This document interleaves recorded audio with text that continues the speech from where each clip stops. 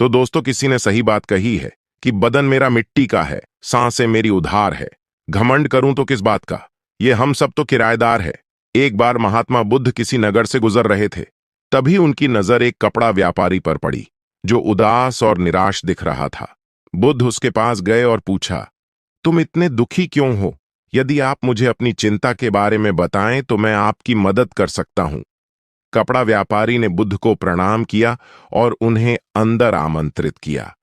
व्यापारी ने कहा कि जब से मेरी पत्नी की मृत्यु हुई है, जब से मेरे छोटे बेटे की देखभाल के लिए घर पर कोई नहीं है, इसलिए मैं हमेशा उसे अपनी दुकान पर लाता हूं। लेकिन वह मेरी दुकान पर आने वाले हर ग्राहक की पगड़ी उतार देता है और कभी-कभी उनका बैग उठाकर बाहर फेंक देता है। मैंने अपने लड़के को बहुत समझाने की कोशिश की, लेकिन वह नहीं समझा। उसकी हरकतों से मेरे सभी ग्राहक अपमानित महसूस करते हैं और वापस चले जाते हैं।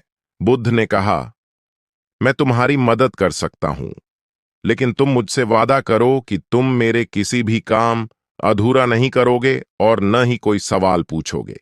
व्यापारी बुद्ध से एक वादा करता है और अगले दिन बुद्ध पगड़ी पहनकर आए और ग्राहक की तरह बैठे। व्यापारी के बेटे ने आकर बुद्ध की पगड़ी उछाल दी।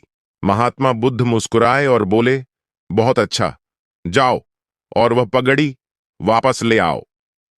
वह बच्चा दौड़कर पगड़ी ले आया और बुद्ध को दे दी।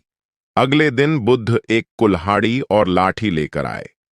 लड़के ने फिर पगड़ी उछाली। बुद्ध ने लड़के को एक कुल्हाड़ी और लकड़ी दी और कहा, जाओ, इस लकड़ी को काटो।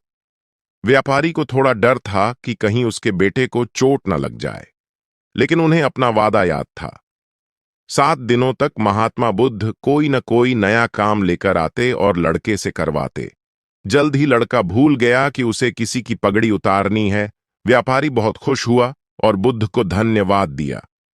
मैं जानता हूं कि इस कहानी और मन के नियंत्रण के बीच कोई विशेष संबंध नहीं है, लेकिन पहले आप इस तर्क को समझ लें।